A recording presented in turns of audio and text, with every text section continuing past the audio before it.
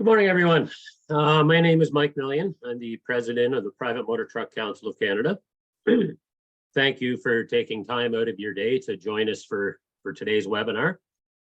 We're going to have a great presentation for you here today.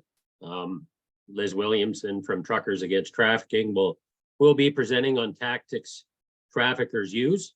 And with February being Human Trafficking Awareness Month in Canada, we thought this was a good way to wrap up the month to provide awareness and education to those in the trucking industry and just people in general about ways to spot trafficking and how you can help out.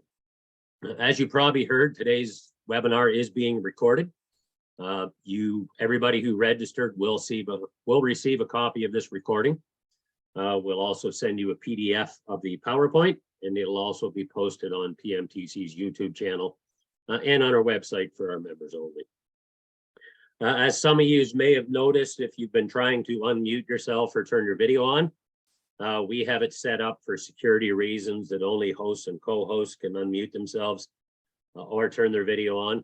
I'm sure this group would be fine, but in the past, when we first started this, we had some people try to take it over as a marketing campaign. So we just turn off that ability now. Because it's a smaller group, though, when we get to the end after Liz has done her presentation, normally I just have you put your questions in the chat window. We're going to have a bit of a smaller group today, and I think I know most of the names here. So when we get to the end, I'm going to change the security settings and allow people to unmute themselves and turn on their video, and you can ask your questions in person to Liz when we get to that point of the presentation. Just before we get to the presentation, I do want to thank our sponsors. As you know, these webinars that we host are free for you to attend. Thanks in part to our sponsors of the event. We have two sponsors for today's event. We have 10th Street and Sovereign Insurance.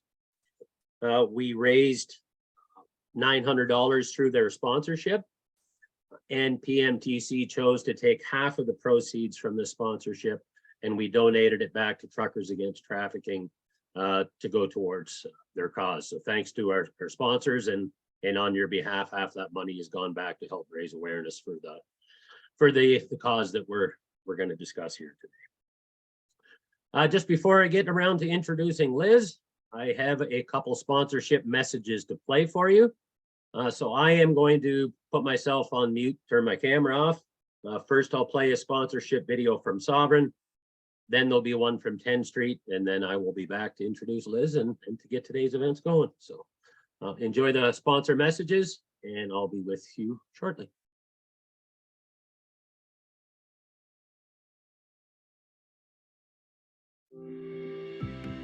At Sovereign Insurance, we're passionate about protecting Canadian businesses and the communities they serve. With risk solutions and services that support your unique business, through relationships built on openness and integrity, by being there before things go wrong, and especially if they do. It starts by making people our priority every step of the way, and treating you like a person, not a policy number.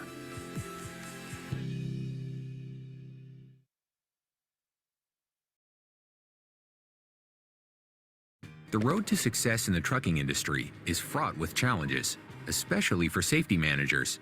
There are ever-changing compliance rules, accidents, liability issues, skyrocketing insurance rates.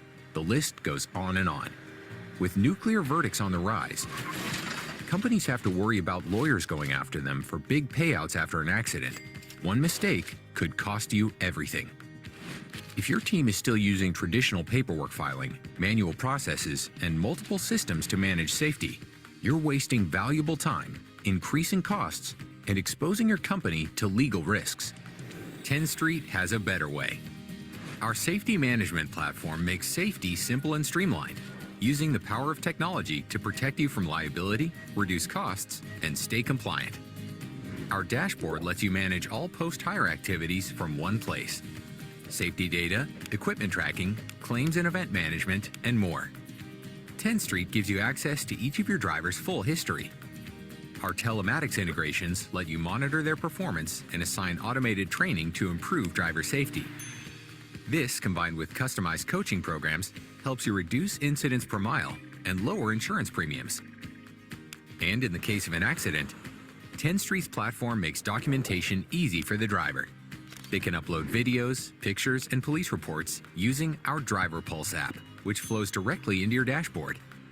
This driver data, combined with telematics and detailed training records, provides a strong defense against costly lawsuits. With 10 Street, you can automate and streamline your systems and build your business with confidence, knowing the safety and reputation of your team is protected. Join the thousands of carriers using 10 Street. Sign up for a personalized demo to see how we can give you peace of mind and help your business thrive.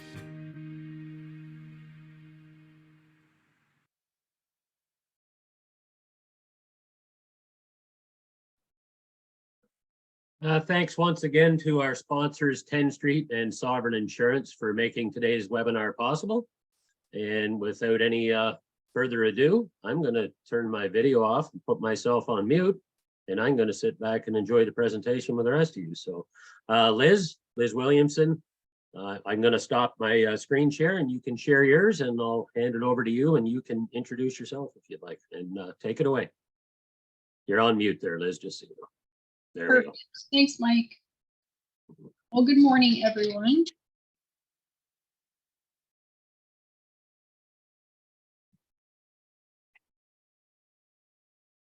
If you hear my dog in the background, she does not know why she hasn't gone for a walk yet this morning. She'll be okay. All right. Can you guys see my screen? Yeah, you're Give me a perfect. thumbs Liz. up. Okay, perfect. Thank you. So good morning. Most of you know me. I know most of the names in here. A couple aren't familiar, but I'm happy you're here. My name is Liz. I happen to be a survivor of trafficking. And when Mike asked about this webinar, you know what? If there's one thing I know, it's that I can use my experience for good.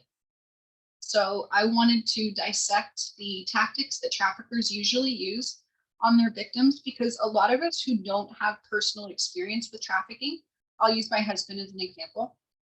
They wonder, how do they do it? Why do they do it? Why do they get away with it? Why are people, enticed by them? I hope that this clears up some things. And, ultimately, I am not scared of a boogeyman. I know that traffickers are real. I know that they exist, but I want to dispel some of the myths that are out there, that the media sensationalized, and show you what really goes on. So I hope this helps today. So generally speaking, anybody can be a target of a trafficker, and that's just reality. We have the previously sexually abused, and the reason that that happens is because the minute that your no doesn't matter, well, you usually go along with the situation because you know that you can't win and you can't change the outcome. We know that the homeless, if you really need a place to stay, you're going to put up with a lot. The previous foster youth, well, your home wasn't a safe place, and maybe the trafficker offers a safe place for you with strings attached, but you're used to having strings attached. Any unsupervised youth, well, chances are a trafficker is going to see that and know that there's not a caring adult looking out for them, and they're able to make contact with that youth and start this process. If you're socially isolated, if you feel awkward, if you feel like you don't fit in with your peers or with other people, you could be a target of a trafficker. If you don't speak the language, like immigrants and their children, if you're struggling to understand social customs, the norms, you could be a target. Runaway teens, obviously they're running away from something. Now, I know that some teens could just leave home because they choose to leave home, but most are running away from something. If you're chemically dependent, a trafficker could offer you whatever your source of drug is in exchange for what you would do for them. LGBTQ+, these individuals are often not welcome in their homes, so they get kicked out of their homes, and a trafficker is going to offer them a sense of community, a sense of belonging. People with disability, this could be physical, cognitive, or other. I know one case here in California where someone was mentally delayed. She's a friend of mine. She's been a friend for years. but she was trafficked in her teen years because her mom let her go to the local shopping center to get, a milkshake or something like that from a store. And a trafficker came up, was talking with her, flirting with her, making her feel loved, accepted, and wanted, all the things that we want. She didn't know that it was risky to get in his car. She was kidnapped. Now, most aren't kidnapped, but this person was. She was recovered 8 days later. I'm happy to say that she's happily married. She has a child now, and she's on a different path. But that experience profoundly impacted her because even though she was 16 or so, mentally she was 11, and she didn't know what she was getting into. Now, single mothers, this really should read single parents, because I don't want to say that every single mother is a target or every single father is a target. The reality is, for single parents, life is harder when you don't have a partner or you don't have a community support and backing. And so sometimes your children could be left alone or unattended, or you could have struggle with poverty or having things that you lack, and the trafficker offers what you lack.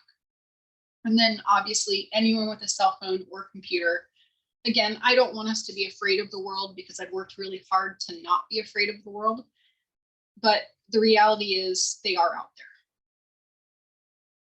Now, most traffickers, and this includes the Canadian definition, it's a little bit more verbose than the American definition, but both definitions agree that they use fraud, they use force, they use coercion.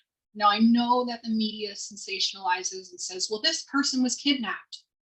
That does happen, but it's, in 1% of cases. Most traffickers use fraud, whether that's a false employment offer, force, and we all know what force is, but it's being beaten, it's being raped, it's being threatened, where you feel like you have no other choice but to go along with what the trafficker says. And then coercion, if we think about a white picket fence and having your dream fantasy life, coercion means that trafficker is going to threaten everything that you care about.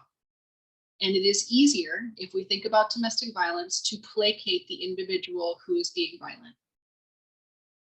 Coercion is difficult because it's that mental bondage that happens between a trafficker and a victim. And sometimes we don't realize that we're being manipulated. We don't realize the reality of the situation until much later, and we look back. Because most of the time, our hindsight is always 20/20 compared to when we're inside situations. So I looked at some current Canadian statistics. 91% of victims knew their traffickers, but only 9% did not have some relationship. I pulled out this statistic because a lot of the time we are teaching all of us, children and adult alike, to be aware of strangers and that strangers don't have good intentions towards us. But what about the people who have a relationship with us, and what are we doing to be safe in those relationships? What tactics are these traffickers using? If 91% of the victims knew their traffickers intimately, that means that the traffickers spent time building a relationship, getting to know these people to where some kind of trust was built up, where you thought, okay, they have my best intentions at heart. So what about boys and girls? Because I do want to focus on the school age, but I also know that trafficking can happen to anyone. What if they have access to a cell phone, an iPod, or a laptop? What if they feel judged and like others don't understand them and they don't fit in, but they want to fit in desperately? What if they want to be in love so much that they're willing to look past all the red flags because that one person wants them? What if this boy or this girl is willing to do whatever it takes to maintain friendships or romantic relationships because they don't want to be alone?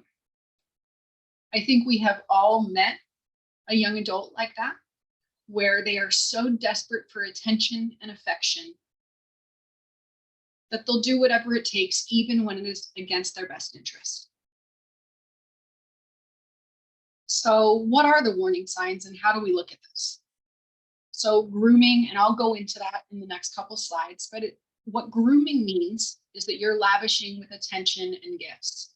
In my story, I was groomed because I got little gifts from someone who was a trafficker to me, who would have been a family member, like an uncle.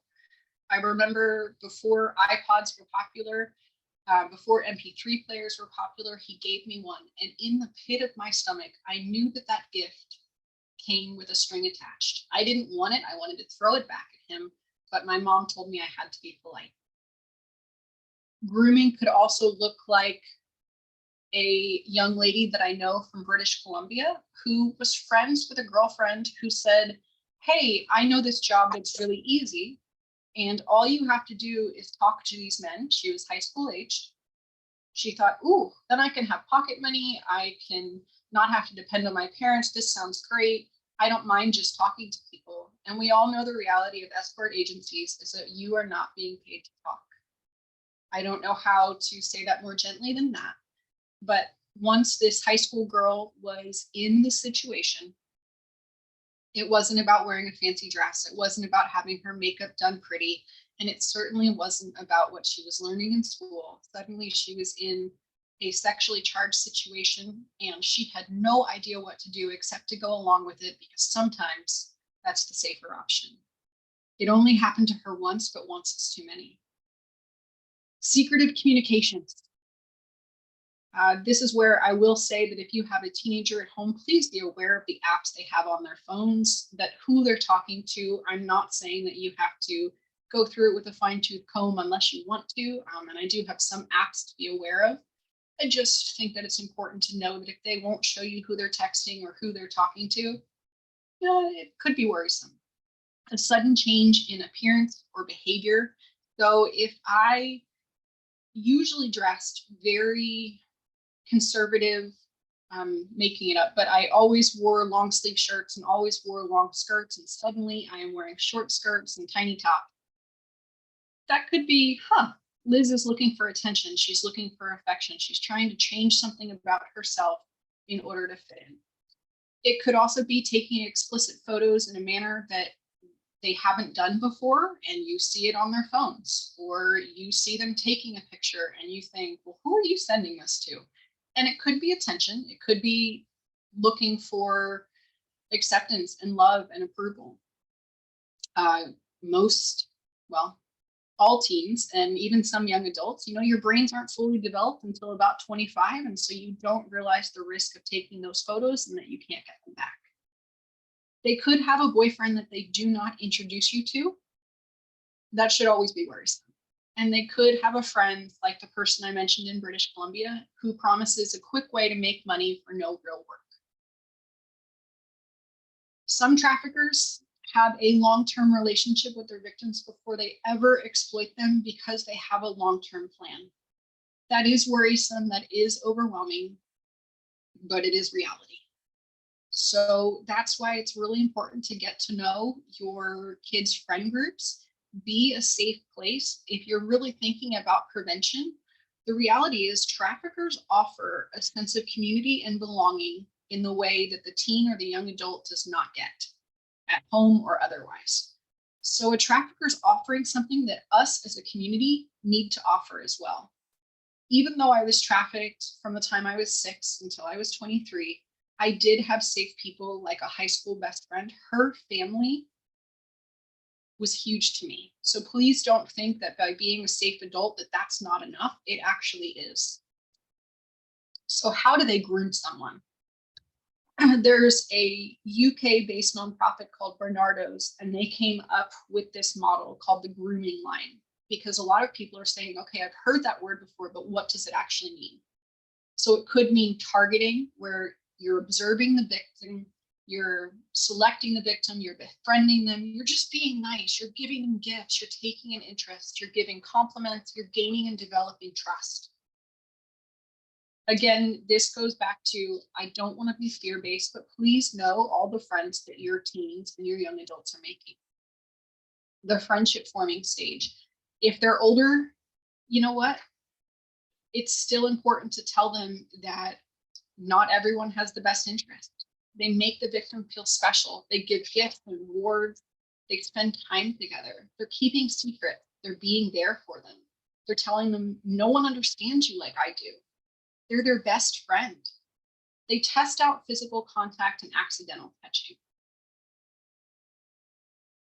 When it comes to being involved in pornography and trafficking, please know that the trafficker doesn't start with, take all your clothes off, I'm going to take this and put this on the internet and make money. They could tell you, you have such a pretty smile.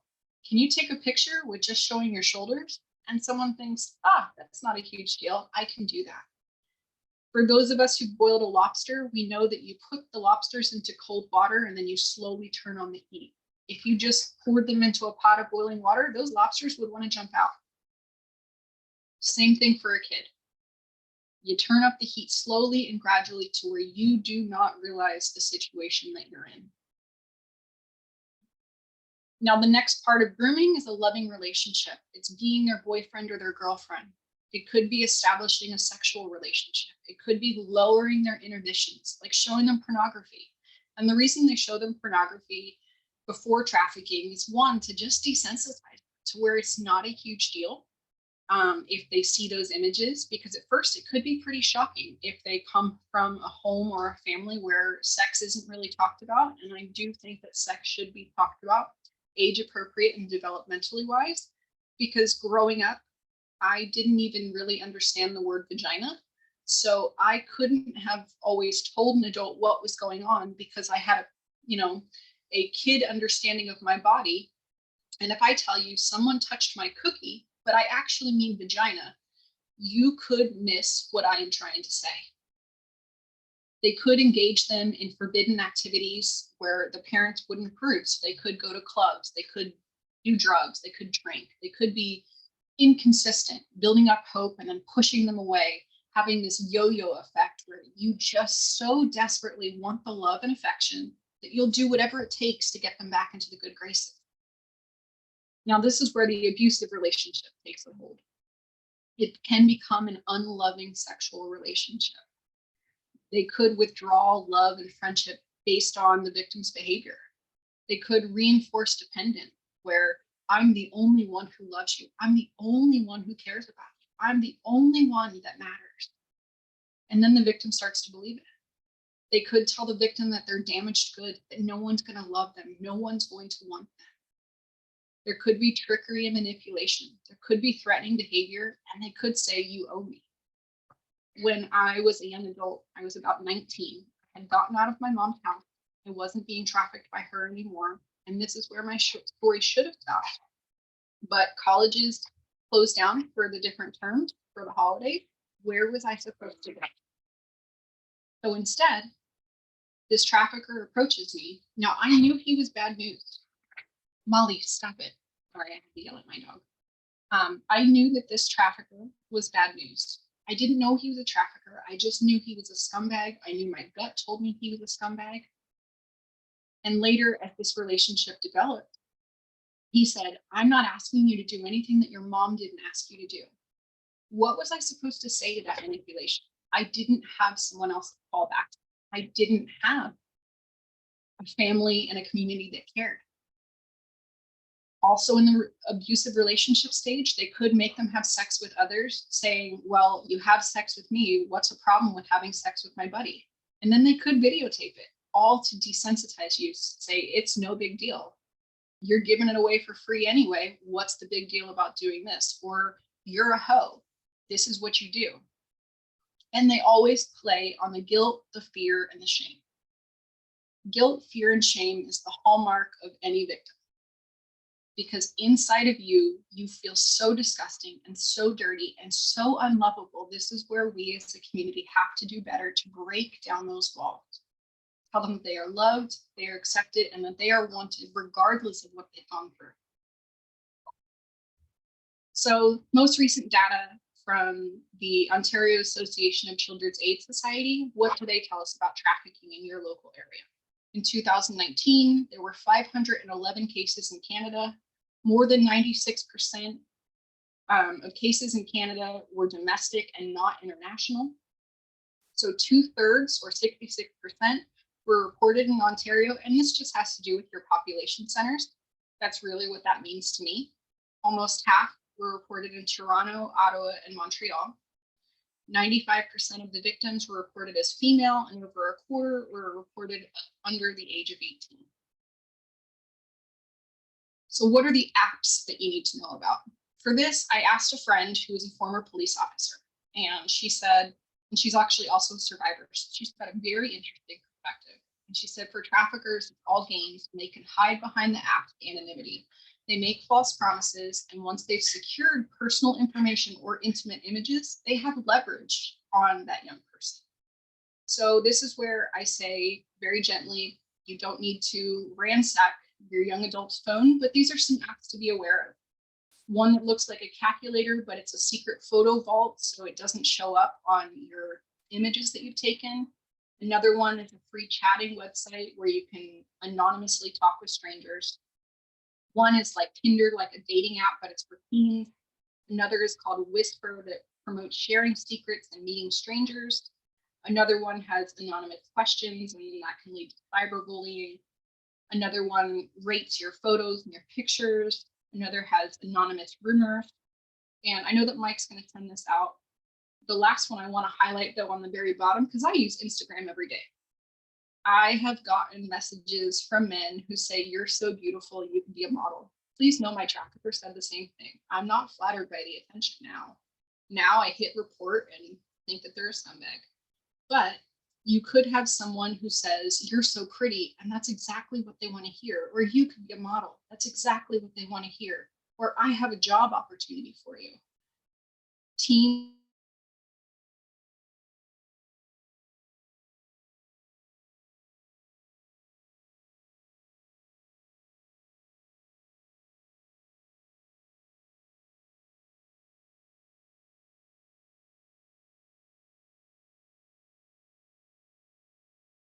I think we've lost Liz here for a second, so just bear with us, and hopefully Liz will be back.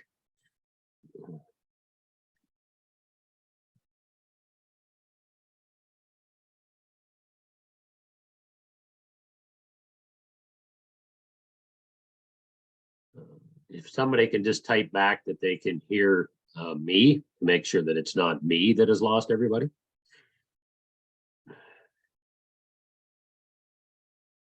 Okay. Just bear with us, and we'll hope we get Liz back online here in a second. Her internet must have crapped out. So Zoom usually works pretty good, but I guess these are the issues you can run into from time to time. Just bear with me, and sorry about this. I'm going to see if I can get a hold of Liz.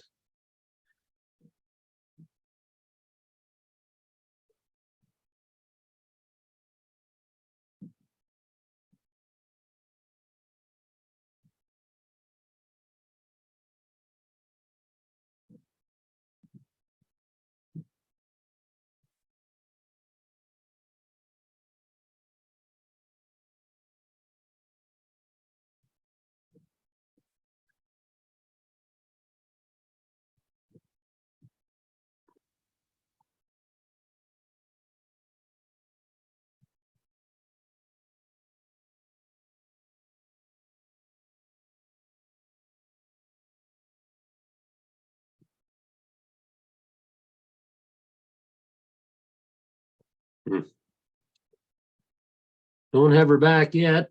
And sorry about this. There's not a lot I can do. Hopefully she'll get her internet back up in a sec. So just bear with us, and hopefully we'll see Liz pop back up here shortly.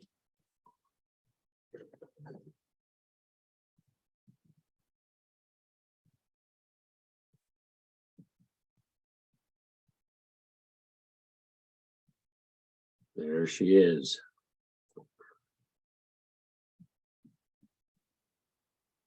All right, Liz, I've remade you co-host. You should be able to unmute yourself there again.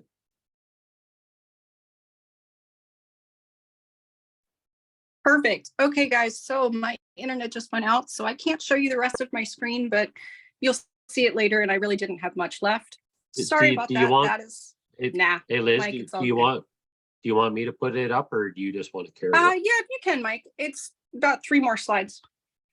Okay, just give me a sec here, and I will. That is the joy of how much rain we have had.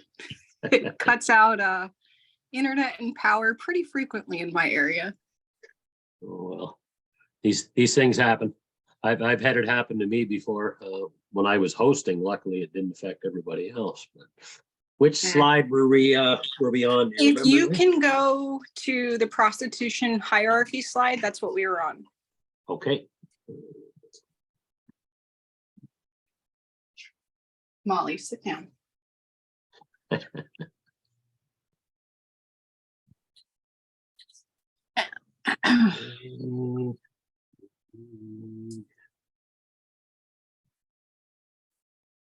Perfect. Can you see it there? Perfect. Yep. Okay. All right, cool. So I think this is where I left off, but 2% of people are in prostitution because they want to be. 38%, it's because they need something. And the overwhelming 60%, this is human trafficking. These are your exploited children. Next slide, Mike. I recently came across this resource from Crime Stoppers. I like it because you can do anonymous tips. I like the resources they offer, the warning signs. I think it's important to share with everyone, so I wanted to add that in. And you can go to the next slide. All of us live in a school district. I don't know if your school district is training about human trafficking yet, but you all know that I work for Truckers Against Trafficking. I can give you a letter to give to your school district so they can get this curriculum in. Why is it important? Half of Canadian school children ride the bus. Traffickers do recruit out of schools. Victims usually do keep going to school. So the bus driver is a really critical resource to being able to spot something that's changing. And because they see students almost every day, they're the eyes and the ears where other people aren't. Go ahead and go to the next slide. They can notice the students who have absences. They can notice a different person picking or dropping off the student from the school bus or to school. This was true for me. I had different men meet me outside the school bus. My school bus driver saw a lot, but I know that he didn't know what he was looking at. For some, they have bruises or they have markings or tattoos that could be a pimp's branding. They could suddenly have new items that they got during the grooming process. And if they ever mention that they have a pimp or making a quota, no, many of them aren't going to say it that way, but that is just something to be aware of. Next slide. So we have the Busting on the Lookout program for those of you who need French-speaking materials. We have that as well. I just want to get this into as many schools as possible because if we don't start the conversation, we're never going to get ahead of this. Next slide. And thank you, 10th Street. From my viewpoint, Sovereign, from my viewpoint, this is critical because the reality is my trafficking situation did not have to last as long as it did. And the community could have played a huge role in combating that for me. So thank you so much. Next slide. Perfect. So thanks, Mike. Sorry about our technology issues. I am happy to answer any questions. Okay, so I'm just going to change the security settings here to allow people to unmute themselves and start their video if they wish. If you do have a question you would like to ask, just put up your hand and I will come to you. If you don't want to come on screen and you'd prefer just to put it in the chat, we can do it that way as well. Molly. So Molly apparently had a question, but if anybody has she has a lot to say. If anybody has a question or a comment they would like to add, please feel free to either raise your hand or put it into the chat. Charlie, go ahead. You should be able to turn your camera on and come off mute now. Perfect. Yep. Just go ahead, Charlie. Thank you, Mike. No questions, just a comment to Liz. Liz, I've seen you present, I'm going to say dozens of times now. This was a newer presentation for me to see, and every time you present, I walk away with something new. Just thank you for all that you're doing, and appreciate you taking the time to do this today. That was fantastic. Yeah, couldn't Thanks, agree more, Charlie. Charlie. Yeah. You know what, guys? this came from my heart. It's definitely not something I necessarily prepare for other people, but it was important to me to do this. So super glad that you were all here. Yeah, couldn't agree more. We seen you do your presentation numerous times as well, Liz, in person and virtually. And yeah, your passion comes through, and the strengths of everything you've been through and what you're using it for now, which is to raise people's awareness, is an inspiration. So that's great. Thank you. You know, Lindsay, sorry, Liz, go ahead. It's okay. Nope. I was going towards Lindsay's question. Okay, that's what I was gonna highlight out. So go ahead and address it. I will go ahead and I'm going to send Mike the materials for the school districts. Marlene, same thing. Yes, I do have handouts for trucking companies. I will send Mike the different documents, and so that way he can send them over, but give me about an hour, just because I need to drop this crazy dog off. But she's very crazy, but no, I'm happy to send it. And another resource that you guys can look at is definitely our website. Something that I did not mention, but I will also send to Mike. A friend of mine made a curriculum for at-risk kids. It is only in English as far as I know, but it's pretty fantastic. And just a completely different resource that she comes at from being a trafficking survivor and talking the language of teens. I really enjoy it, so I'll send that too.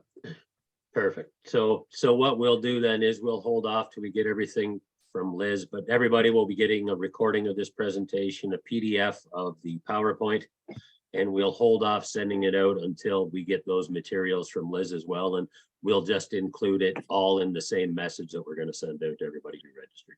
So, Kevin, I see you have your hand up. Go ahead.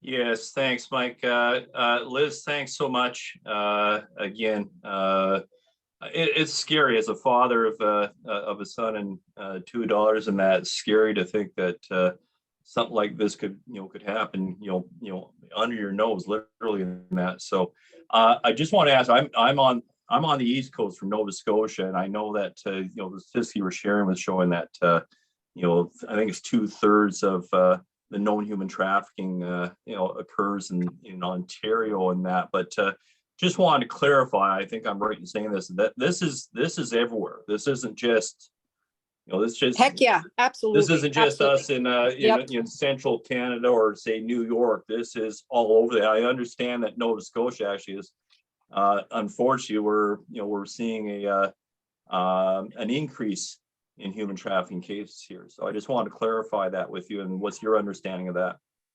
Oh, it's absolutely true. I know that Nova Scotia has a huge problem. Every city has a huge problem, especially if you think about it. If you have adult prostitution, you have children impacted by trafficking, because trafficking, prostitution comes down to appetite. So if someone wants someone younger, traffickers will find someone younger. And I don't mean to be alarmist. It's just reality. No, absolutely. No.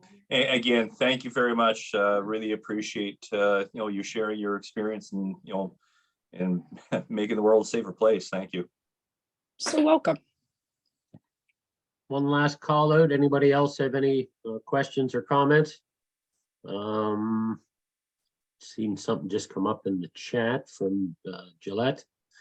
I have recently volunteered with the Joyce Smith Foundation, helping to share information through traffickingsigns.ca. Are you each aware of the other's work? I am not, but I'm going to look her up today. Okay, perfect. I was going to say, I'm not aware of that one either, but yeah. And if anybody has any stuff that they want me to share with Liz, or any questions that you may have for Liz that pop up afterwards, or any info that you want, feel free to email myself or Annette at our office, and we can either put you in touch with Liz or get the information that you need. So, all right, not seeing any more hands. So once again, thanks to our sponsors, 10th Street and Sovereign. Thanks to Truckers Against Trafficking, and Liz, thank you very much as always for the presentation and doing what you do to raise awareness about this problem. Well, thank you, everyone, and thank you for your grace with technology.